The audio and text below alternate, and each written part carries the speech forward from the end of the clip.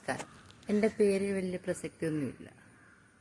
ഞാനിങ്ങനെ 2 കൊല്ലമായിട്ട് മരണാസന്നനായിട്ട് നിന്നപ്പോൾ എൻ്റെ കൊച്ചമ്മ എന്തോ ഒരു ഹോമിയോ മരുന്ന് കലക്കി എനിക്ക് ഒഴിച്ചു തന്നു.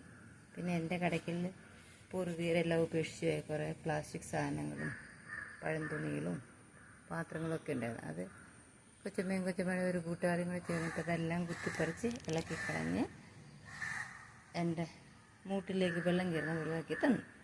ഞാൻ സാധാരണ ഈ മഴ സീസണിൽ പാകം പാകത്തിലാണ് വളരാറുള്ളത്. 2 വർഷമായിട്ട് ഞാൻ ഒരു ചെക്ക് പോലും ആർക്കും കൊടുത്തിട്ടുണ്ടായിരുന്നില്ല. കാരണം എനിക്കാവുന്നില്ല, എനിക്ക് വെള്ളമോ വളമോ കിട്ടുന്നില്ല. എൻ്റെ പേര് നിറയെ പ്ലാസ്റ്റിക്കും തുണികളും പാത്രങ്ങളും മാത്രമായിരുന്നു. ഇവർ രണ്ടുപേരും രംഗത്തിറങ്ങിയതോടുകൂടി എനിക്ക് അത്യാവശ്യം വെള്ളവും വളവും കിട്ടാൻ തുടങ്ങി. ഞാൻ അതുകൊണ്ട് മനസ്സറിഞ്ഞ് അവരെ അങ്ങ് സഹായിക്കുന്നില്ല. അപ്പോൾ മഴ സീസണിൽ മാത്രം വിളിക്കുന്ന ഒരുപാട് പേരുണ്ടല്ലോ. ഞാൻ എൻ്റെ പൂർവീകർ പറഞ്ഞ പേരൊക്കെ മറന്നുപോയി. നിങ്ങൾക്ക് ഇഷ്ടമുള്ള പേരിട്ട് വിളിക്കാം.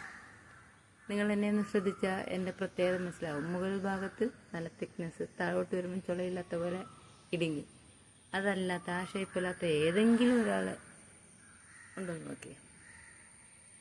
എല്ലാ മക്കളും അങ്ങനെ തന്നെയുള്ളതാണ്. ഞാനിങ്ങനെയൊന്നും ആയിരുന്നില്ല. അടുത്ത വർഷം കൂടി ഞാൻ നല്ലതായിട്ട് വരാൻ ശ്രമിക്കാം. കാരണം 2 വർഷത്തെ മരണ അവസ്ഥയിൽ നിന്ന്, അല്ലെങ്കിൽ നിങ്ങളുടെ വൈദ്യശാസ്ത്ര ഭാഷയിൽ പറഞ്ഞ കോമാ സ്റ്റേജിൽ നിന്ന് ഞാൻ ഉണർന്നതല്ലേ ഉള്ളൂ. താമസിയാതെ ഞാൻ നന്നായി വരാം.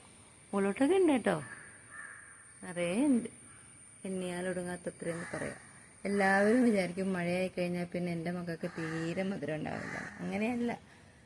ഞാൻ മെയ്, ജൂൺ, ജൂലൈ സമയങ്ങളിലാണ് അത് പാകമായി വരാം. മെയ് മാസത്തെ വേനൽ മഴയും കിട്ടും, ജൂണും ജൂലൈയിലെ മഴകളും കിട്ടും. പക്ഷേ എങ്കിലും എൻ്റെ മക്കൾ നല്ല സ്വീറ്റായിരിക്കും. നിങ്ങളുടെ എല്ലാവരുടെയും സപ്പോർട്ട് എപ്പോഴും എനിക്കും എൻ്റെ ഫാമിലിക്കും ഉണ്ടാകും. കാരണം ഞങ്ങളുടെ കടയ്ക്കിൽ കൊണ്ടുവന്നിട്ട് തീയിടുകയോ പ്ലാസ്റ്റിക്കോ തുണികളോ ഞങ്ങളുടെ വേസ്റ്റ് സമയം എന്തിനാ? ഞങ്ങൾ ഇഷ്ടംപോലെ കരിയില തരുന്നുണ്ടല്ലോ. ആ കരിയില അടിച്ചു കൂട്ടി ഞങ്ങളുടെ മൂട്ടിലിട്ടാൽ മതി, തീയിടണ്ട. അതവിടെ കിടന്ന് പൊടിഞ്ഞ് ഞങ്ങൾക്ക് തന്നെ വെള്ളമായി കിട്ടും. അത്രയെങ്കിലും ഒരു ഉപകാരം ചെയ്താൽ നന്നായിരുന്നു. എൻ്റെ ഒരു ചങ്ങാതി അപ്പുറത്തേക്കുന്നുണ്ടോ? ആ ചങ്ങാതി ഈ വീട്ടിലാർക്കും ഇഷ്ടമല്ല. കാരണം ആ ചങ്ങാതി കൂഴയെന്ന് പറഞ്ഞാൽ ചില സമയത്ത് അലച്ചോർക്ക് ഒരു കൂഴയെന്ന് പറയത്തില്ല, അതുപോലെ വരും. ഭയങ്കര തിക്നെസ്സുള്ള ചുളയാണ്. എനിക്കത്രയും തിക്നെസ്സൊന്നുമില്ല. കണ്ടാൽ നല്ല അടിപൊളിയാണ്. പക്ഷേ മധുരം എന്ന് പറയുന്ന സാധനം ഇല്ലായിരുന്നു. ഈ സീസണിൽ ഇവരെല്ലാവരും ആക്ഷേപിച്ചിട്ട് അതിനകത്ത് അത്യാവശ്യം മധുരമുള്ള ഒക്കെ പിടിച്ചു. പക്ഷേ വെള്ളം അയലത്തൂടെ പോയി കഴിഞ്ഞാൽ അതിനെ ഒരു കാശിനും കൊള്ളില്ല. അതിനകത്തോട്ട് നോക്കിയാൽ നിങ്ങൾക്ക് കാണാം, അവിടെ എല്ലാം നിറയെ കഴിഞ്ഞ് കിടപ്പുണ്ട്.